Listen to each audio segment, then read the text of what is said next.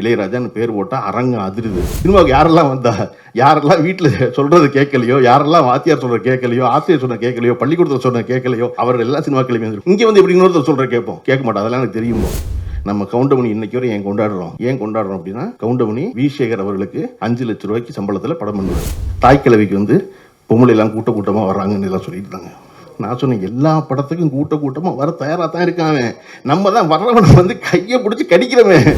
கிணத்த காணும் படத்தின் அறிமுக விழாவிற்கு கலந்து கொள்ள வந்திருக்கும் பத்திரிகையாளர்களும் நண்பர்களையும் வணங்கி மகிழ்கிறேன். இயக்குனர் நெல்சன் சொன்னது போல ஒவ்வொருத்தரையும் தனிப்பட்ட விதத்தில் தனக்கு தெரியுங்கிற சொல்லியிருந்தார் இல்லையா, அப்படி இந்த படத்தில் தொடர்புடைய எவரையும் தனிப்பட்ட விதத்தில் எந்த வகையிலையும் அறியாத வேணாம். எனக்கு வந்து தயாரிப்பாளர் ரமேஷ் பாபு அவர்களை வந்து எனக்கு 8 வருஷமாக தெரியும், 10 வருஷமாக தெரியும், 12 வருஷமாக தெரியும், எல்லாரும் சொல்லியிருந்தாங்க. எனக்கு நேத்தான் தெரியும். ஆனால் என்னென்னா, அந்த ரமேஷ் பாபுவை பற்றி தொடர்ந்து நான் கேட்டுகிட்டு இருந்திருக்கேன்.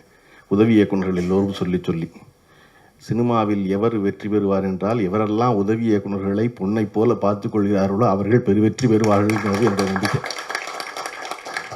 தன் படத்தில் இருக்க உதவி இயக்குநர்கள் இல்லை, பொதுவாகவே உதவி தன் படத்தில் வேலை செய்கிற ஆளை நல்லா பார்த்துக்கிறதே அதிகம். அப்படிலாம் ரமேஷ் பாபு வந்து எங்கெல்லாம் உதவி இயக்குனர் யாராவது சொன்னார்னா உடனே நின்று அவரோட பேசி ஜெகன் சொல்கிற மாதிரி சிட்டிங்கை போட்டு அதுக்கப்புறம் கிளம்புறவர். எனக்கு சாய்ராம்னு சொல்கிற ஒருத்தர் சிட்டிங்கும் போடுவார்னா ஒரே குழப்பமாக இருந்துச்சு. என்னடா சிட்டிங் போடுறாரு, சாய்ராம்ங்கிறாரு, சாய்ராம் சிட்டிங் போடுறாரு அப்படின்னு. ஆமாம், நான் அப்படி தான் டேரக்டர் வசந்த் ஒரு தடவை விளம்பரம் பண்ணும்போது சாய் வசந்த்ட்டார், நான் வேற யாரோ போலன்னு நினச்சி கடந்து போயிட்டேன். அப்புறம் தான் அந்த வசந்த் தான்ப்பா இந்த சாய் வசந்த்னாங்க.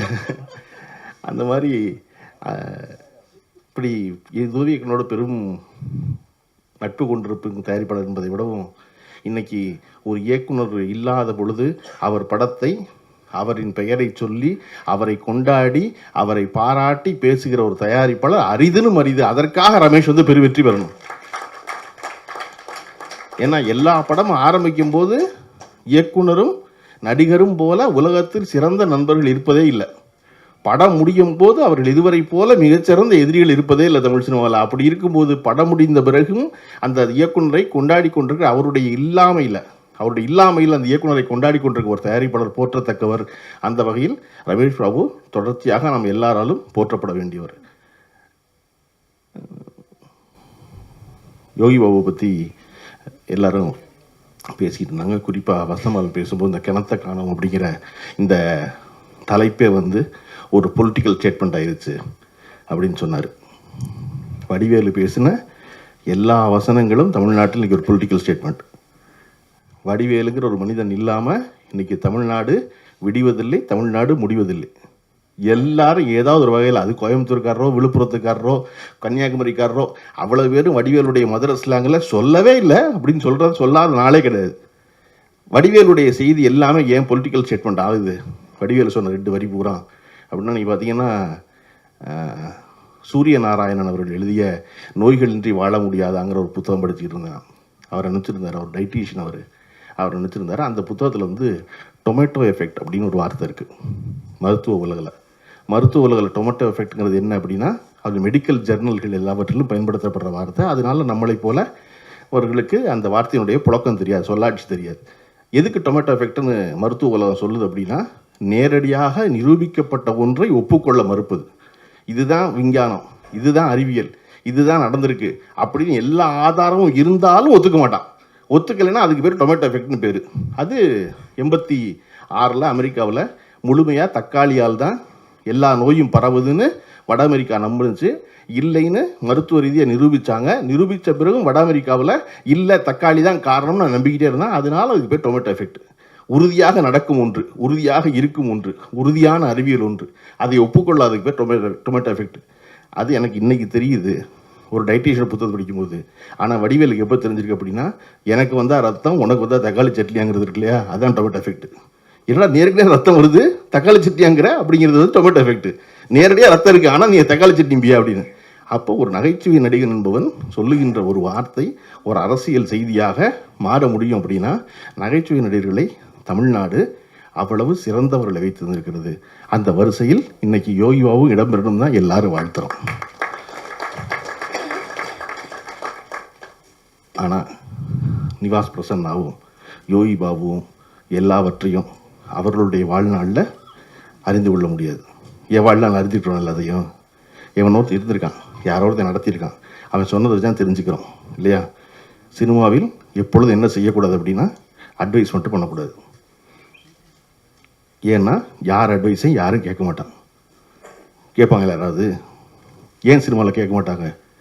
ஏன் கேட்க மாட்டாங்கன்னா ஏற்கனவே வீட்டில் சொல்ல கேட்காம தான் இங்கே வந்திருக்கோம் இல்லையா? சினிமாவுக்கு யாரெல்லாம் வந்தா, யாரெல்லாம் வீட்டில் சொல்கிறது கேட்கலையோ, யாரெல்லாம் வாத்தியார் சொல்கிற கேட்கலையோ, ஆசிரியர் சொன்ன கேட்கலையோ, பள்ளிக்கூடத்தில் சொன்ன கேட்கலையோ, அவர்கள் எல்லாம் சினிமா கிளம்பி வந்திருக்கோம். இங்கே வந்து எப்படி இன்னொருத்தர் சொல்கிற கேட்போம்? கேட்க மாட்டோம். அதெல்லாம் எனக்கு தெரியும்போம். அப்போ இங்கே என்ன செய்யணும்? பகிர்ந்துக்கணும் எல்லாத்தையும். எனக்கு தெரிந்த வந்து இன்னொருத்தருக்கு சொல்லணும், இன்னொரு தெரிஞ்ச உடனே எனக்கு சொல்லணும். நம்ம கவுண்டமணி இன்றைக்கி வரை ஏன் கொண்டாடுறோம் இல்லையா? ஏன் கொண்டாடுறோம் அப்படின்னா, கவுண்டமணி வி சேகர் அவர்களுக்கு 5 லட்ச ரூபாய்க்கு சம்பளத்தில் படம் பண்ணுவார். படம் பண்ணும் பொழுது கூடவே வந்து ஒரு பெரிய ஹீரோடைய படம் கேட்பாங்க. கேட்கும்போது கவுண்டமணி எந்த கவலையும் இல்லாமல் 25 லட்ச ரூபா சம்பளம் சொல்லுவார். அந்த பெரிய கம்பெனி தவிச்சிரும்.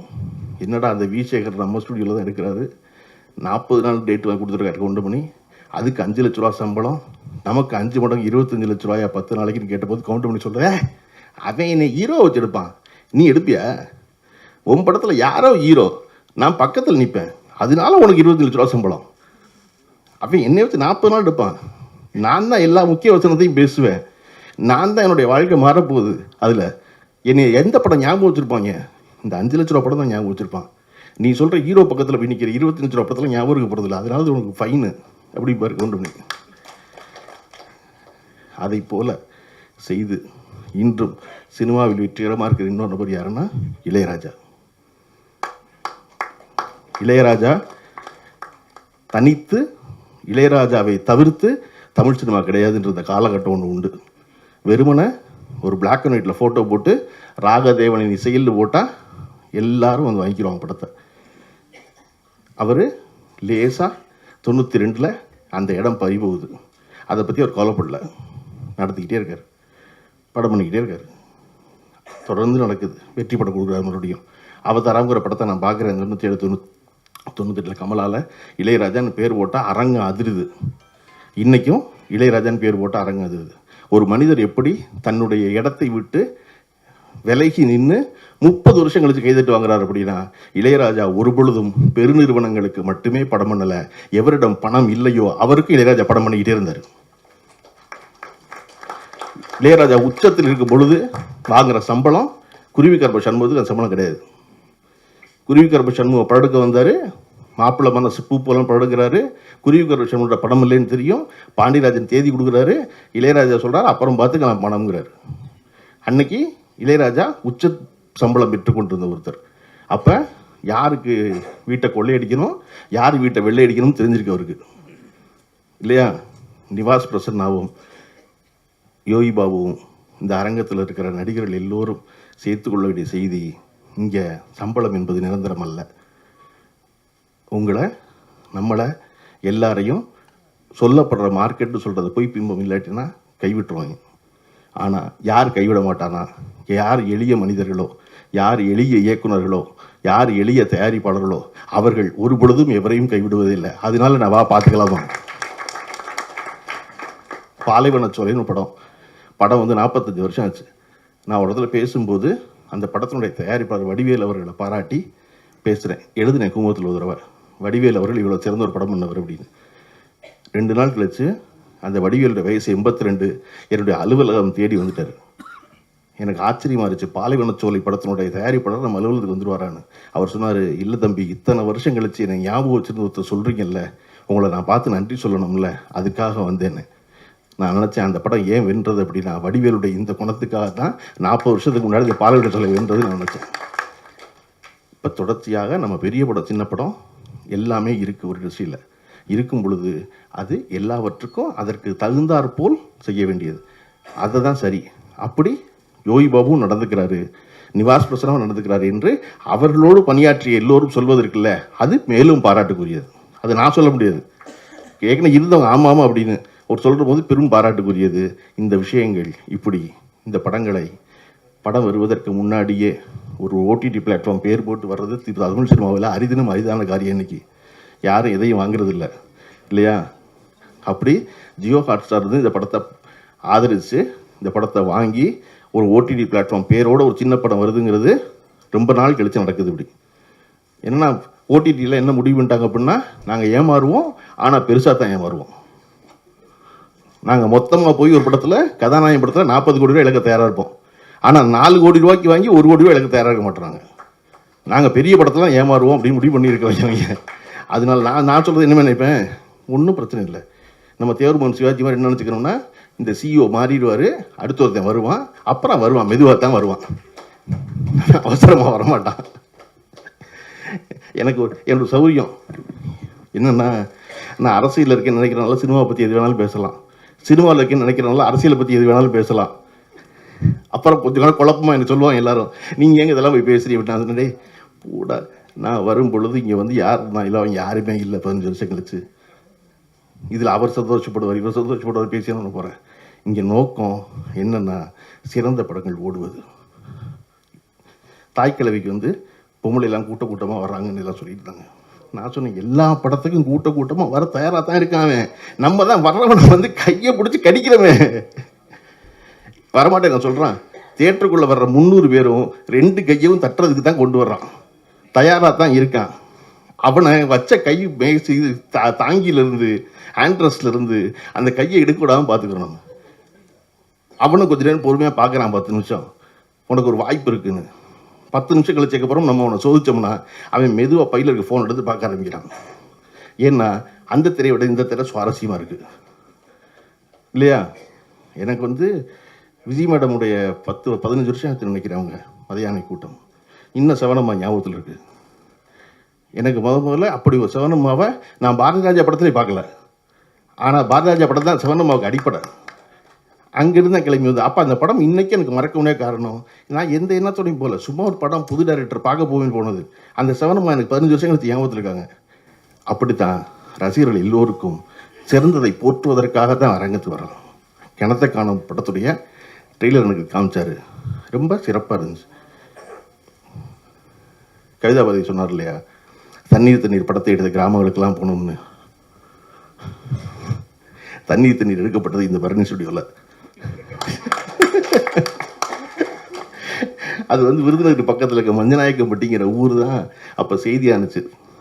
திரு எம்ஜிஆர் அவர்கள் முதலமைச்சராக இருக்கும்போது தண்ணி இல்லைன்னு அதை அடிப்படையாக வச்சு கோமல் சுவாமிநாதன் எழுதின நாடகத்தை வாங்கி பாலச்சந்தர் படம் பண்ணார். அப்போ அந்த மஞ்சநாயக்கம்பட்டியை வந்து அத்திப்பட்டின்னு பேர் மாற்றி அந்த மஞ்சநாயக்கம்பட்டியில் போய் எடுக்க முடியாது படப்பிடிப்புன்னு அந்த தண்ணீர் முழுமையாக எடுக்கப்பட்டது இந்த பரணி ஸ்டுடியோவில். ஆனால் இன்றைய சினிமா அப்படி இருக்கா அப்படின்னா இல்லை. இன்றைக்கி அந்த இடத்துக்கே போகணும். அதனால தான் இந்த படத்தினுடைய இயக்குனர் வந்து ஒரு மற்ற வீடு இல்லாத வீடு போகணும்னு தேடி, தண்ணி இல்லாத கிராமம் போகணும் தேடி அந்த மெனக்கெட்டது இருக்கு இல்லையா, அதுதான் இந்த படத்தை பார்த்த எல்லோரையும் பாராட்ட வைக்கிறது. அது குறித்து உழைப்பு இருக்குல்ல, எது எப்பொழுதுமே உங்களுக்கு பலன் தராமல் போகாது அப்படின்னா உழைப்பு பலன் தராமல் போகவே போகாது. முயற்சி மெய்வருத்த கூலி தரும். எப்போ? தெய்வத்தால் ஆகாதுனாலும். தெய்வத்தால் ஆகாது ஸ்டேட்மெண்ட் முடிஞ்சிருச்சு. வள்ளுவர் சொன்னது தெய்வத்தால். ஐயோ தெய்வத்தாலே ஆகாதா அப்படின்னு டயர்டாயிடக்கூடாது இல்லையா? என்னடா தெய்வமே முடியாதுங்கிறாங்க, தெய்வத்தால் ஆகாது, ஃபுல் ஸ்டாப். அது எண்ணினும் அப்படிங்கிறாரு. கடவுள் கைவிட்டா என்ன? இப்போ நீ முயற்சி பண்ணு, முயற்சி பண்ணால் அது மெய் வருத்த கூலி தரும். இந்த படம் அத்தனை பேரும் மெய் வருத்த வேலி பார்த்துருக்காங்க. அதற்கான கூலியை எல்லோருக்கும் வந்து சேரட்டும் என்று வாழ்த்தி விடைபெறுகிறேன். நன்றி, வணக்கம்.